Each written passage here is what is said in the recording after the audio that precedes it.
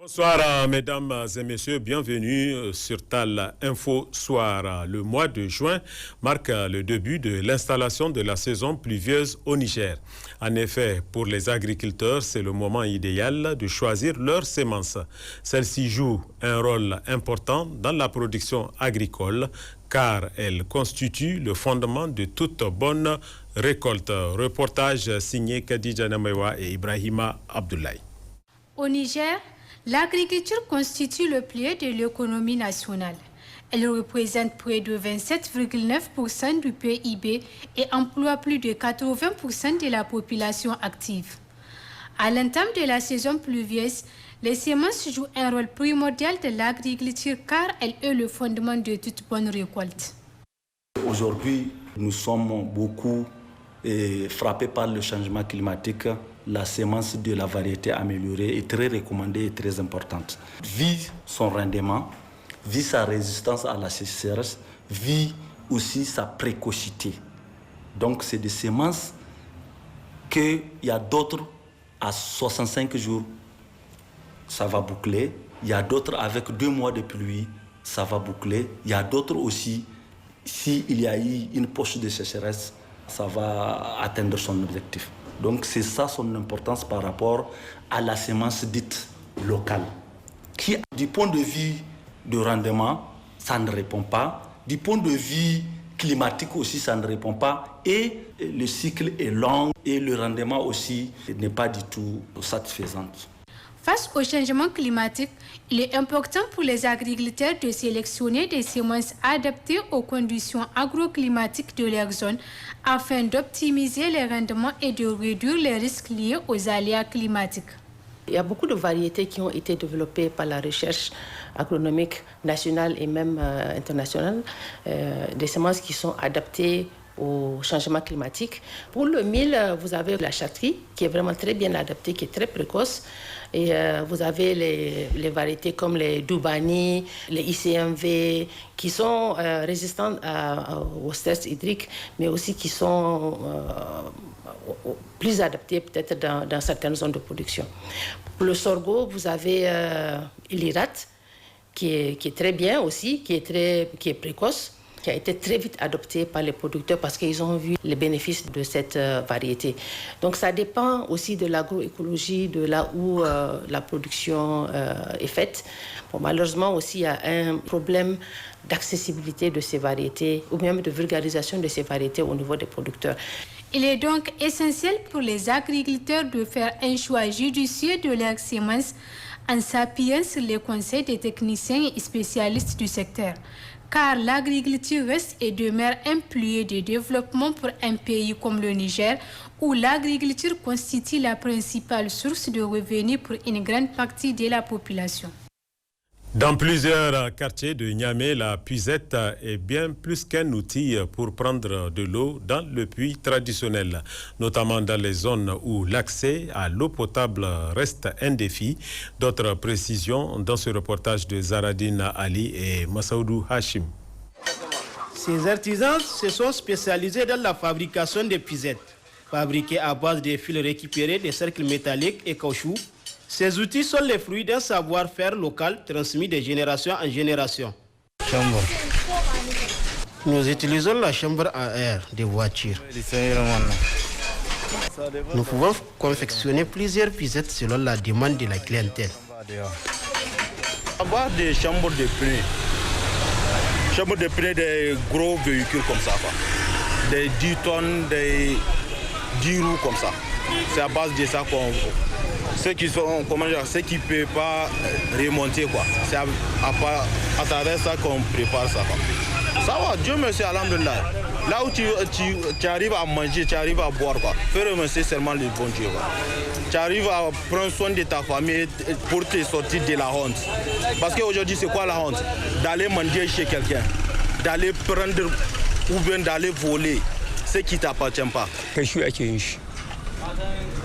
Da akwai namu da aka sani na fata sai zan na fata an wuce lokacin shi. Maintenant, les puisettes sont faites avec du caoutchouc car nous n'utilisons plus de cure parce que c'est cher. J'exerce ce métier depuis des années ici à Katako. Cela me permet de me prendre en charge et ma famille ainsi de lutter contre le chômage également. Kuma ba ni da matsala ta rayuwa haka da ta sani wanga aiki ina yi ne dai saboda ina son in yi aikin ba ni so in zama haka ba na yin komi. Une fois terminé, les pizettes sont vendues sur les marchés ou directement dans les zones comme Ayeru, Tilaberi ou le long du fleuve Niger. Les prix varient selon la taille.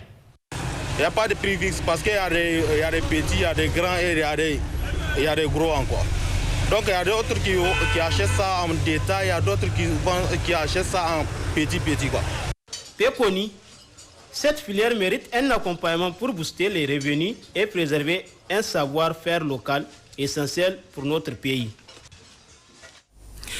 Chaque année, après la tabaski, des peaux d'animaux font surface longtemps considérées comme une source précieuse. Elles ont servi à fabriquer des objets traditionnels, alimenter le travail des artisans et constituent une source de revenus pour de nombreuses familles. Aujourd'hui, face aux matières artificielles et à l'évolution du marché, ces peaux perdent progressivement leur valeur entre tradition, culture et réalité économique. Quel avenir pour cette filière? Élément de réponse avec Nadira Sidikou. Quelques semaines après la fête de Tabaski, des peaux de mouton font surface dans les cours et ruelles, suspendues sur des cordes, étalées sur le sable ou chargées sur des motos. Elles racontent une histoire.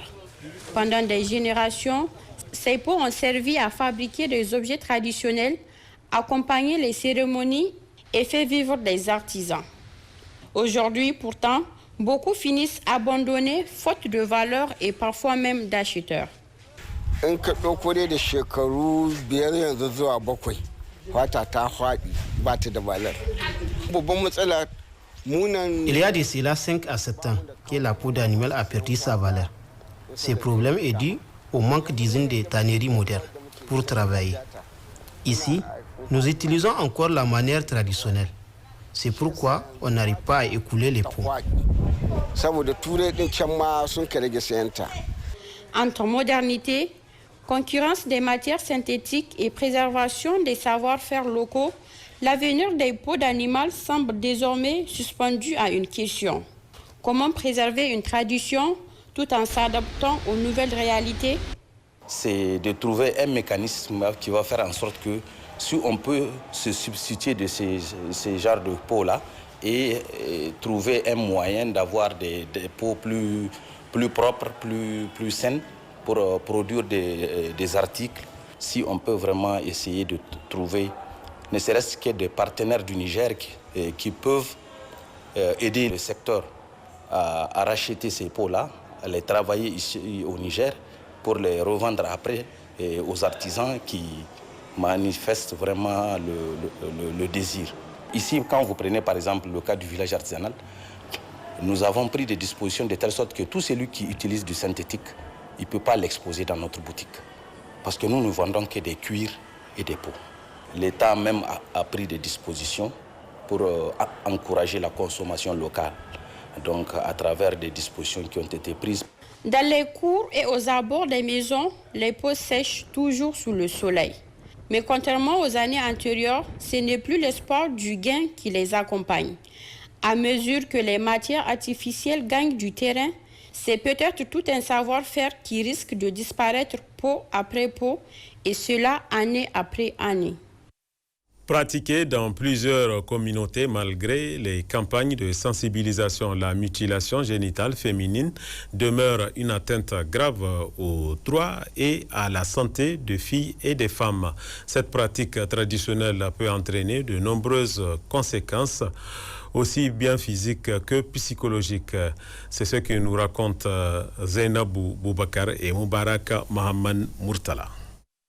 Les mutilations génitales féminines sont l'ablation partielle ou totale des organes génitaux externes de la femme.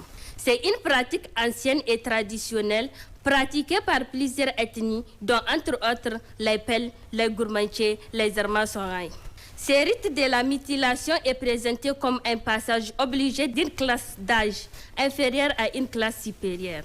Cependant, cette pratique comporte des risques au niveau de la santé des filles. Les conséquences de cette pratique sont, il y a l'hémorragie, puisque la fille, elle va beaucoup saigner. Il y a les infections sexuellement transmissibles qui sont là. Il y a les choléides. Il y a des complications au cours de l'accouchement et même de la grossesse. Il y a des complications, il y a un choc psychologique, voire jusqu'à la mort. Au Niger, la pratique est en régression. Selon une étude démographique de santé, la prévalence des mutilations génitales est passée de 5% en 1998, de 2%, 2,2% en 2006 et de 2% en 2012. Mais selon une dernière enquête en 2021 effectuée par l'UNPA, la progression est de 0,7% ici au Niger. En 2023, dans certaines régions du Niger, des filles sont encore traumatisées par cette pratique. Il est primordial de sensibiliser la population sur cette pratique. Les obstacles de la lutte, on a comme l'insécurité d'abord. Et il y a la rareté des ressources. Comme insécurité, c'est qui nous pousse maintenant avec les 3 frontières là. Nous avons les déplacés qui sont toujours là et on n'a pas accès à cette zone. Donc nous avons vraiment des difficultés. Et nous lançons un grand appel à tous nos partenaires, au gouvernement, aux médias, au corps médical même, de nous mettre en synergie vraiment pour lancer une vaste campagne de sensibilisation pour amener cette communauté à changer le comportement et mettre fin aux mutilations génitales féminines au Niger d'ici 2030. Les mutilations génitales féminines sont une pratique qui continue de faire des dégâts dans le milieu sanitaire et psychologique, du fait des traumatismes qu'elles causent sur la santé des filles. La sensibilisation sur les mutilations génitales féminines est nécessaire à l'endroit de la population et des praticiennes. Lors des cérémonies de mariage, les ports d'uniforme ou de tenue identique s'imposent comme une véritable tendance, symbole d'élégance, d'unité et d'appartenance à la famille des mariés. Cette pratique séduit de nombreux invités. Mais si certaines y voient une manière de valoriser l'événement, d'autres estiment qu'elle représente parfois une charge financière supplémentaire. Nos reporters Rabia Mohamed Seraji et Ibrahim Abdoulaye se sont intéressés au sujet. Au Niger, célébrer une cérémonie de mariage ou de baptême devient toute une multitude de gaspillage et de copiage dans notre société. C'est pourquoi de nos jours, le port des uniformes à l'occasion des fouendis sont considérés comme les premiers éléments les plus importants à mettre au centre de l'organisation d'une cérémonie réussie. Il existe plusieurs types de tenues portées à la veille, le jour et le lendemain de la cérémonie de mariage. Et ce phénomène prend de plus en plus de l'ampleur dans notre communauté. Les uniformes là, ça fait belle lurette qu'on fait les uniformes.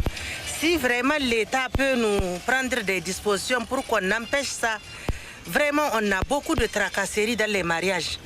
Sincèrement, on est fatigué, on n'est pas un seul mariage, tu peux faire jusqu'à 7 uniformes, 5 uniformes. Des fois, il y a bazin qui coûte plus de 50 000. Vraiment, c'est trop. L'État doit faire quelque chose par rapport à ça. En ce qui concerne les uniformes de Niamey, vraiment, moi, je ne suis pas pour, je suis contre. Parce que tu vas voir aujourd'hui, au niveau d'un mariage, ils vont faire plus de 5 uniformes. Surtout avec les jours de Daï là qui disent Kauyawa Daï, Moda Daï. C'est trop, vraiment c'est beaucoup. Si les autorités arrivent à les faire intervenir ou bien de faire arrêter même les uniformes concernant les mariages, nous ça nous arrange, vraiment c'est trop. Quand tu organises une cérémonie de mariage, les gens pensent uniquement aux uniformes et cela ne se limite pas à une seule tenue. Et même si tu as l'intention de te marier, cela te décourage. Vraiment, les uniformes, on en a marre, car chaque semaine, ce sont des dépenses. Nous lançons un cri de cœur à l'endroit de l'État de trouver une solution à cette situation. En ce qui concerne le port des uniformes, vraiment, nous ne sommes pas pour.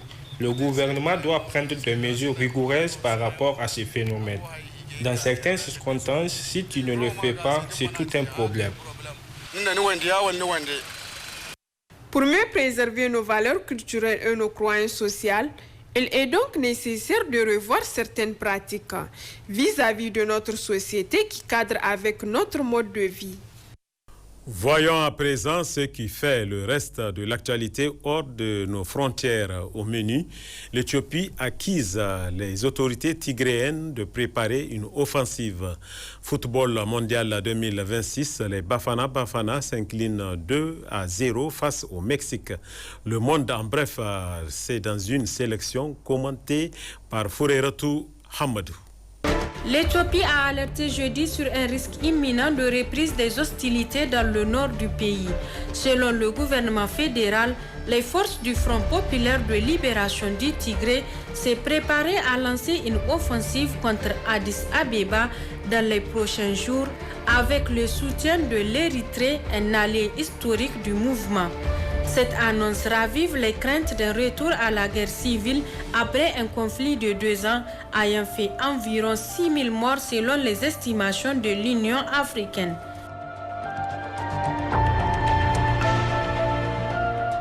Le Mexique a immédiatement marqué les esprits lors de la plus grande Coupe du monde de l'histoire, offrant une énorme dose d'enthousiasme à la foule en liesse du mythique Stade Azteca, 4 ans après une déception majeure.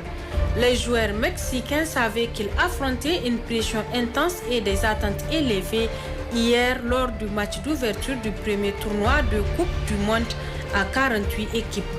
Mais ils ont assumé leur rôle et ont démarré en beauté en battant l'Afrique du Sud 2-0 dans un match qui a également vu 3 cartons rouges être distribués.